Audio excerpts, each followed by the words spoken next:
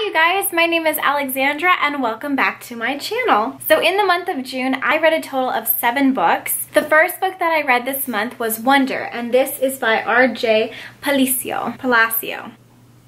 Must be Italian. I don't know. This was a beautiful book. I think that I'm going to do a book review on it just because it seems so important and so well worth the time and energy to read this. So Wonder is about a little kid named Augie, and he has a facial disfigurement. He has been homeschooled and he finally enters into public school during the 5th grade. That's sort of just his process in trying to find friends, learning to develop a thicker skin because obviously he's going to get teased. You can just tell from the synopsis. It's a total tearjerker. It's beautiful. It talks about the human condition, about accepting others, about accepting yourself, learning to laugh at yourself and your flaws and your insecurities, and just being a brave person. I think that this should be required reading for all human existence, not just kids. The next book that I read was also a middle grade, and this was The Girl Who Drank the Moon by Kelly Barnhill, and this was stunning, beautiful, absolutely beautiful. The writing in it is just completely fantastic, and she does such a beautiful and wonderful job really immersing the reader into the world that she has created. This was very, very fairy tale-esque. The world was dark. So this book is about a witch who lives in the woods, and every single year she discovers a baby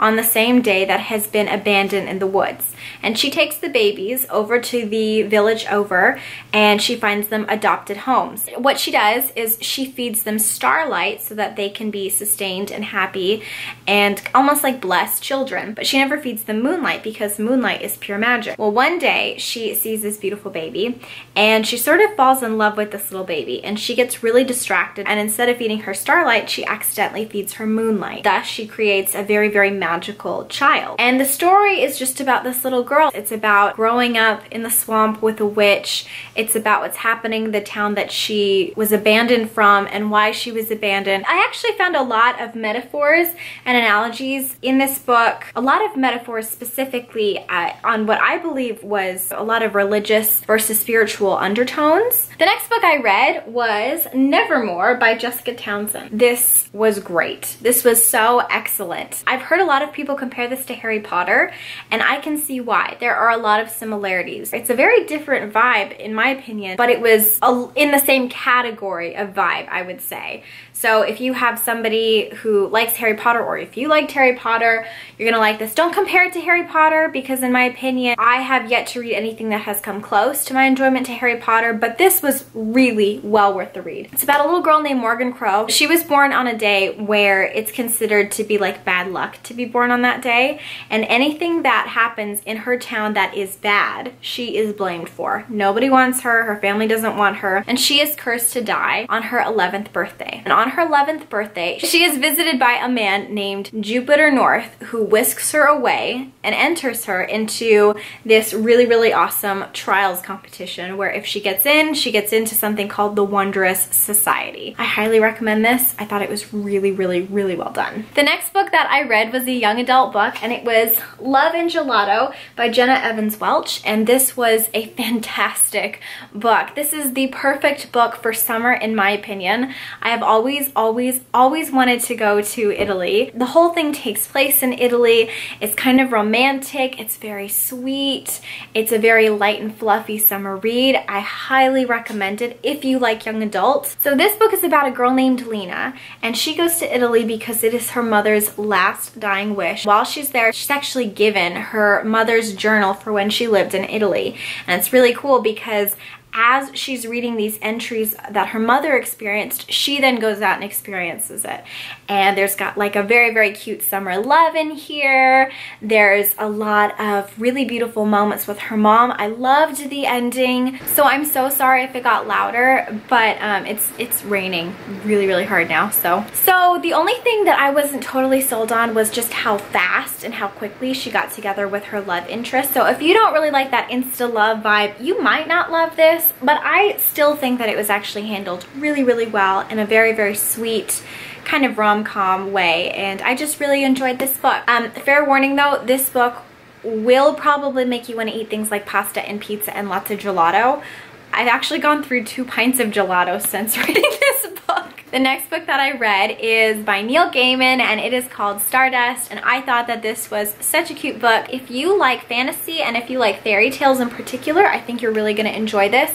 The vibe from this was very much an adult fairy tale. Having said that, I have seen the movie and the book, and this is one of the rare times when I actually think that I prefer the movie. I can't really put my finger on why, and I'm wondering if Neil Gaiman wrote the script for that as well. I don't know. This is about a boy named Tristan, and he goes over the wall into the land of the fairy so that he can bring back a star and win the heart of his one true love, Victoria, who lives on the other side of the wall. And it's just about his adventures trying to find the star, and it's really cute. The storm is very intense.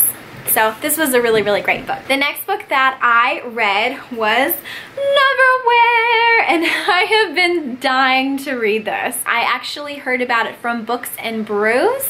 I love that channel. I'm not sure if she's still making YouTube videos, but I'm gonna link her down below anyways, just because I think she is absolutely hilarious, and she gives amazing, very thorough book reviews, and she kind of always makes you want to read the book that she is reviewing. This is an incredibly charming book. It's an urban fantasy, which I have never read before. So this is about a guy named Richard Mayhew. He's on his way to eat with his girlfriend, and he sees a girl who is completely helpless in the middle of the street named Dor. He tells his girlfriend, Jessica, we need to help this girl named Dor. And Jessica's like, she's probably homeless, just like leave her, blah, blah, blah. You can call the police if you want, but we really have to go because we're gonna be late to dinner because Jessica sucks. He decides to help Dor, but by doing so, he kind of excludes himself from his own world, and he falls through the cracks of London into a place called Neverwhere. It's like London below, where no one from his present life can really see him, and he discovers this very whimsical land. But it's whimsical in a very grimy way, and I actually wasn't expecting how grimy it was. It's like a very grimy, dark London. It's really, really fantastic. I've never read anything like it. I thought it was a great adventure story, and I highly recommend it. And finally, the very last book that I have read in the month of June was this, and it is Adulthood is a Myth. I highly recommend this if you want a laugh, if you want to read something light and fluffy, if you want to uplift your day. This girl, Sarah Anderson, is like the funniest thing ever. This says, tomorrow I will wake up early. And then it says the next day, I did not wake up early. And I don't know why, but like, that just speaks to me on like a spiritual level. Do you know what I mean? So those are all the books that I have read during the month of June. What did you read during the month of June? Have you read any of these books? What do you think about them? Do you have any recommendations for me? Let me know in the comments. Okay, book lovers and writers, until next time, keep your head in the clouds and your heart in a book. And I will talk to you later. Bye!